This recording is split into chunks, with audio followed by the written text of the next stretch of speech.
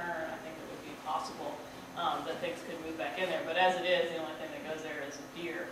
And I actually talked to a guy who was doing some work with small rodents around mines, around reclaimed mines.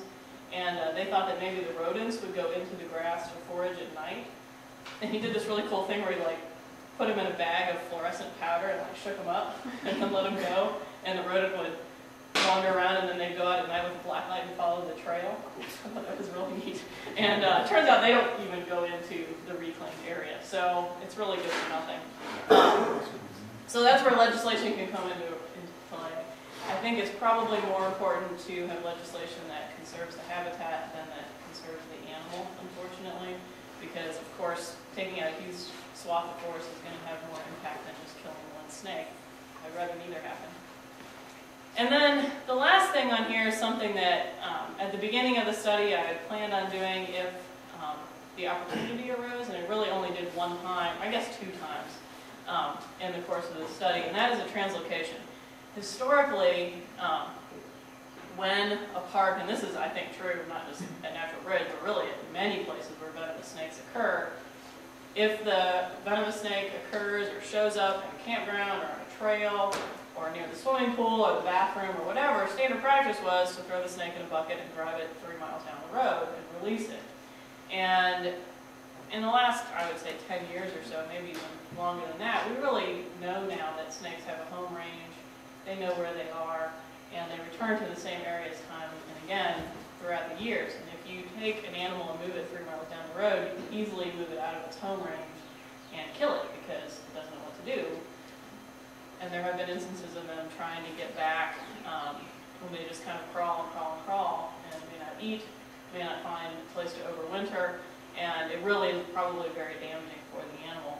So a guy named John Seeley in the Carolinas started doing some work where if he encountered a nuisance, and it was a timber rattlesnake, if he encountered a nuisance rattlesnake, instead of moving it a mile or 2, he would move it like 100 yards. And he had had some success in doing a short distance translocation, just move the snake a little bit and hope that the snake looks at your moving it as a successful predator encounter and avoids that specific part of its home range in the future. So I wrote into my proposal that if we had snakes that occurred in a human use area at the park, we would do a short distance translocation instead of a long distance one, which is what they've done in the past. So, there you go.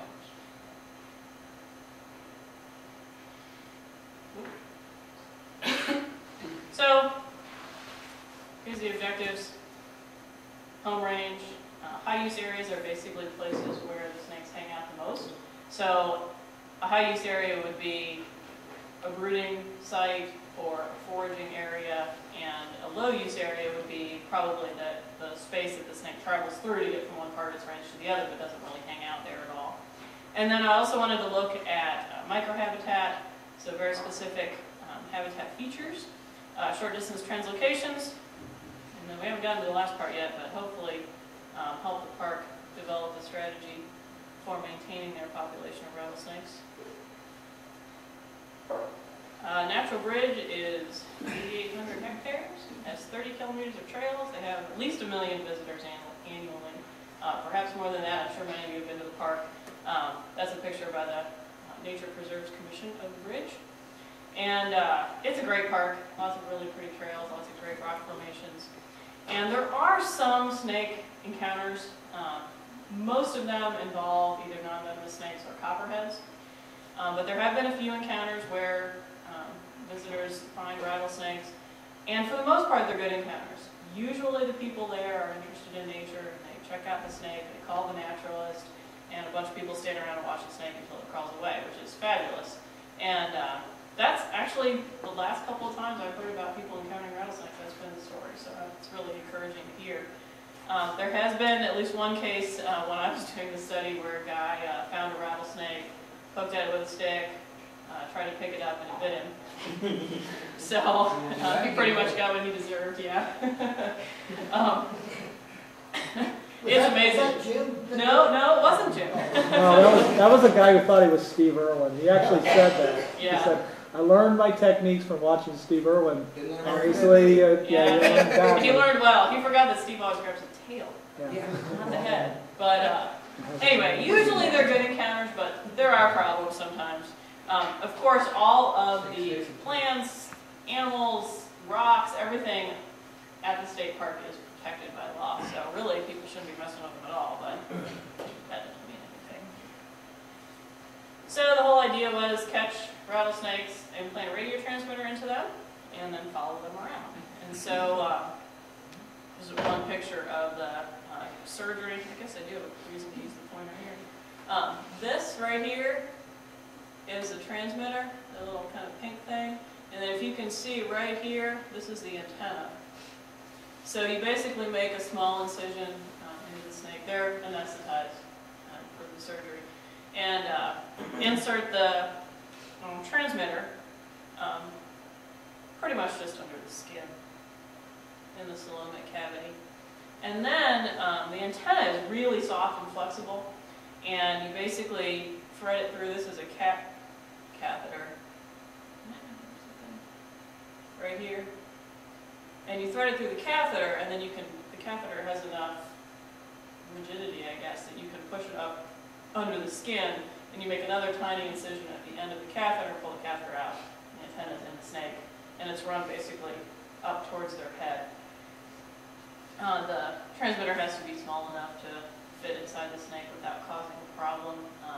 The rule that I went by was less than 10% of the snake's body weight, which really, my transmitters were, I think, 11 grams, so as long as the snake was 100 grams, it was fine, and most of the snakes were definitely much larger than that, so I don't think it was a problem.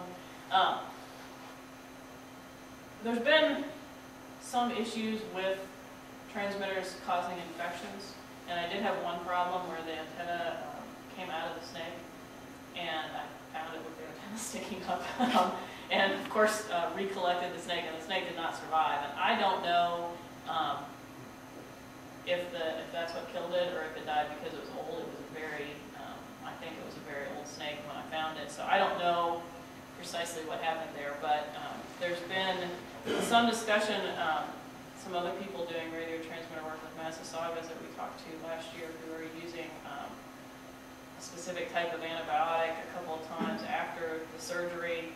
And there's some discussion maybe you shouldn't do that because it's a wild animal, and are you impacting its survival in a way that you shouldn't be, good or bad. So there are issues you have to consider with that. I don't know what the answer is. You won't learn anything about them if you don't try. So what I did to try to learn about microhabitat was look at the literature, see how big the home range is for an average timber rattlesnake. And then when I had the first sites from the radio tracking, then I would go and take a random sample at some other place I had hoped, or at least assumed, it would be close to its home range in the predetermined size. And so I took 12 habitat parameters at where the snake was, the snake selected site, and then at the random site, I won't go through them all, but they had things to do with like elevation and how many trees were there and stuff like that. And then the idea is to do statistics on it and see if there's any difference between the random and the snake selected habitat.